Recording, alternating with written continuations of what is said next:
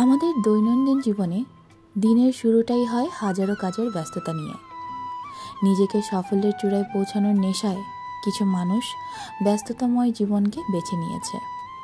কিছু মানুষ অতিরিক্ত ব্যস্ততায় নিজেদের সুন্দর জীবন উপভোগ করার সুযোগটুকু পায় না।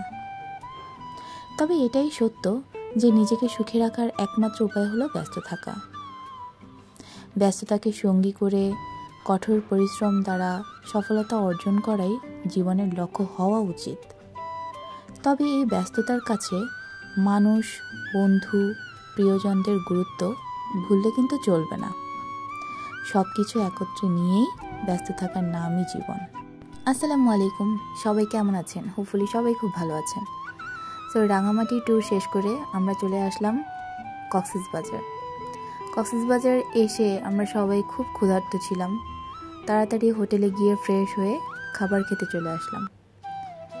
এখানে আমরা খেয়েছি লইট্টা ফিশ ফ্রাই, রূপচাঁদা ফ্রাই, অনেক আইটেমের ভর্তা।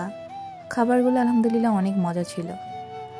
লাঞ্চ টাঞ্চ শেষ করে আমরা চলে গেলাম বিচে আসার সময় নিলয় বায়না ধরেছে ওই বালতির অ্যাক্সেসরিজগুলো কিনবে। ওই যে মাটি দিয়ে বালি দিয়ে অনেক কিছু বানায় না, সেগুলো বানাবে আর কি। তো এই তো আমরা চলে আসলাম। ওরা একটা ফুটবলও কিনেছিল। আমি লাবিবকে বলেছিলাম, বাবা আমি একটু খেলবো, আমাকে কিন্তু খেলায় নিতে হবে। ওরা বলছে অবশ্যই মামুনি, আমরা সবাই মিলে খেলবো। যেই বলা সেই কাজ, খেলতে চলে গেলাম ওদের সাথে। কি যে ভালো লাগছিল, মনে হচ্ছিল আমি ওদের বয়সে হয়ে চলে গিয়েছি। একদম বাচ্চা মনে হচ্ছিল নিজেকে। ওরাও এত সুন্দরভাবে আমাকে সাপোর্ট করছিল আর বলছিল, মামনি এভাবে মেরো না, ওভাবে মারো। ফুটবল খেলা শেখাচ্ছিল আর কি। তো যাই হোক, বাচ্চাদের সাথে খেলাধুলা শেষ করে আমি আপু একটু ছবি টবি তুললাম। আর লাবিব লাইফের ফার্স্ট টাইম কক্সবাজারে এসে খুব এক্সাইটেড ছিল। তো বিচে সব কিছু ভিজিয়ে টিজিয়ে এখন আবার নতুন ড্রেস কিনে আমরা হোটেলে চলে আসলাম। হোটেলে এসে ফ্রেশ হয়ে সবাই আবার বের হয়ে গেলাম। তখন অনেক রাত হয়ে গিয়েছিল। সো নর্মালি আমরা এটা আসলে ডিনার করতেই বের হয়েছিলাম। কোন হোটেলে খাবো ডিসাইড করতে পারছিলাম না, বিকজ এখানে এতগুলো হোটেল ছিল খাবারের। আমরা টোটালি কনফিউজড হয়ে গিয়েছিলাম। এরপরে আপু ভাইয়া ওনারা চলে গেল শুটকি কেনার জন্য। প্রায় অনেক আইটেমের শুটকি কেনা হয়েছে। শুটকির ভিডিওগুলো আমি পরে একদিন আপলোড করব। কি শুটকি কিনলাম আর কোনটা কত দাম নিল সব কিছু নিয়ে একটা ধারণা দিব আর কি।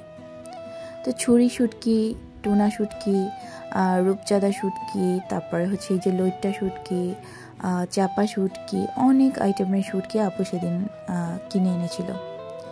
শুটকিগুলো দেখতেও খুব ভালো ছিল এবং ফ্রেশ ছিল।